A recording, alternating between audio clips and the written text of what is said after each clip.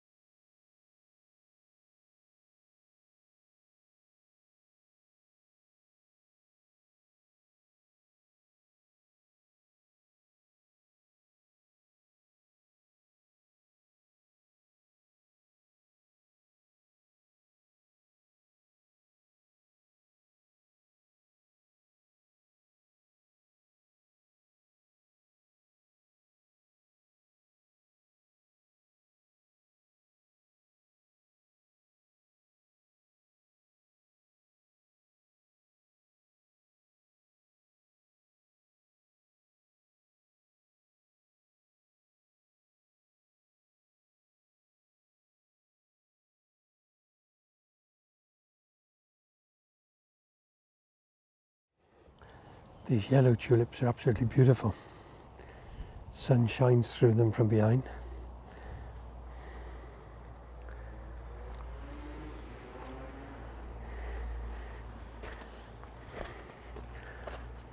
And these orange and red ones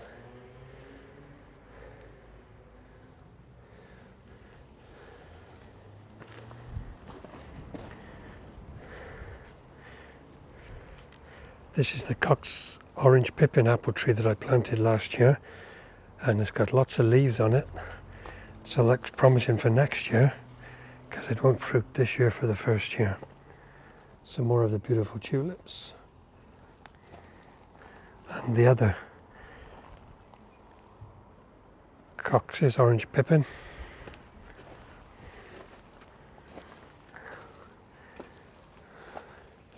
Some more beautiful orange and red.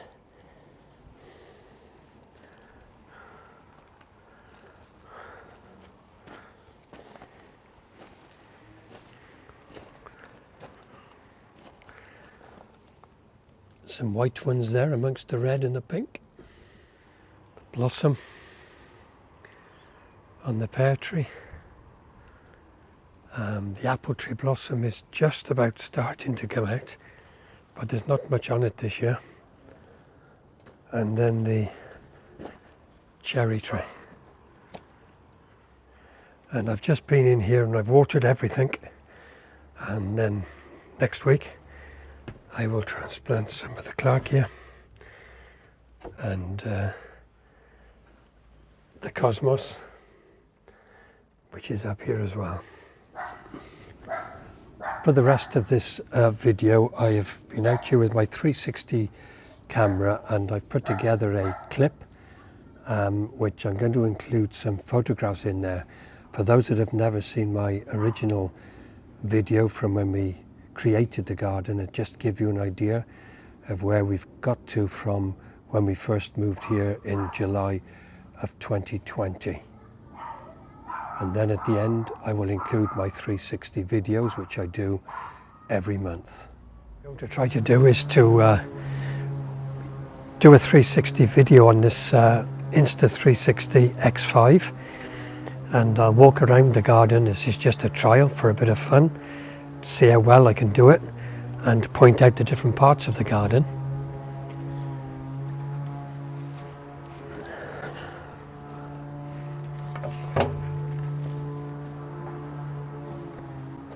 When we moved here in July 2020, it was just a empty garden, just some topsoil on top of all the garden, the builder's rubbish, which we cleared out, and then almost straight away we had a permission to put a conservatory up. And then once the conservatory up, there were some bricks left over which the builders kindly allowed me to have, and I laid this patio down. I'd never done it before, so I built this wall and then filled this up and got it level with the slabs. We then got the garden as level as we could by here, but it slopes right the way down quite a long way, and so we laid down some lawn, my wife and myself, and we ordered some turf, and it came, and we laid it down on an extremely wet day because it needed rolling and putting out, unrolling and putting out. Just here at this moment, I'll point up, is where the nesting box is, where there's a pair of blue tits nesting in there at the moment. You might just see them flying about. And then I also put this here for a trellis to grow the this on. There's a little blue tit just inside here. It's okay, boy. I'll move away. And a little bit of a bed. And then I decided that I wanted a vegetable plot, so we just sectioned this area off for the vegetable plot. And so I've been using this now. This is the 4th year. We planted these trees, they're miniature trees. The reason first was because they're fruit trees and to get some fruit, but secondly because the way the garden's sloping down, we thought that they would help with the drainage from off the lawn. And then the bottom section there, the last third, because we split it into thirds, is where we put some membrane down and some stone, and then I made some shapes there with some wood, which I put some bark in, some wood chip, and I use that for perennial plants, and then the pots and that which are there as well.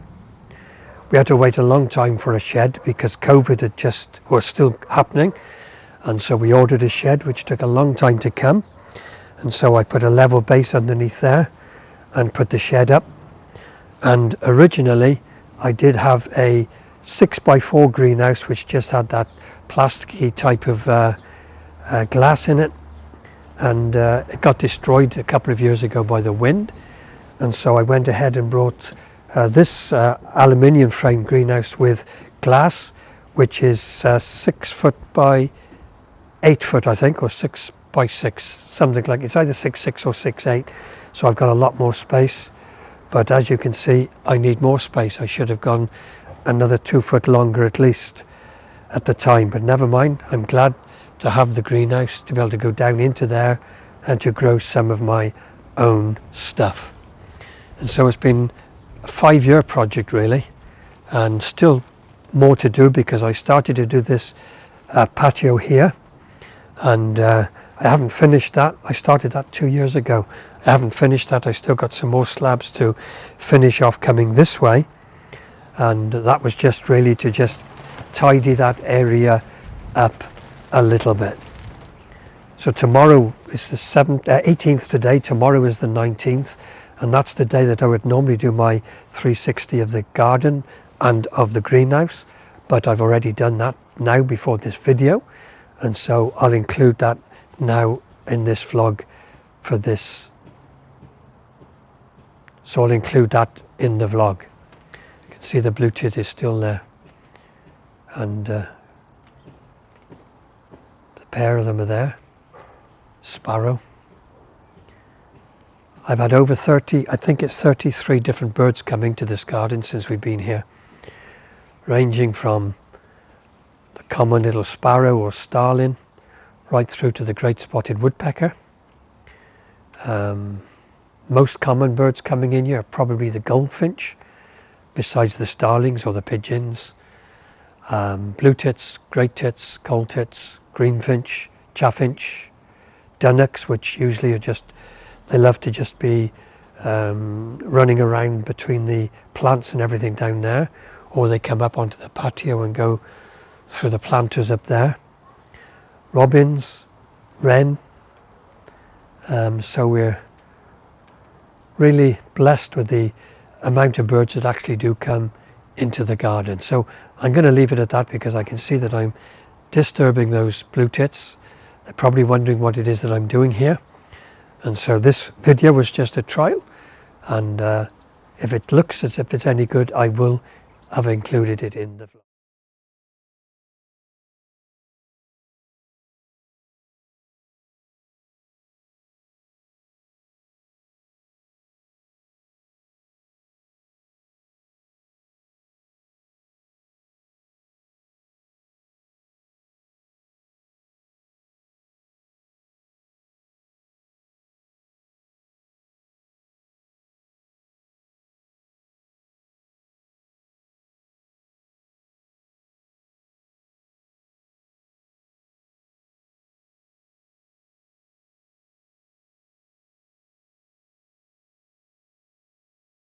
So thank you again for watching my vlog.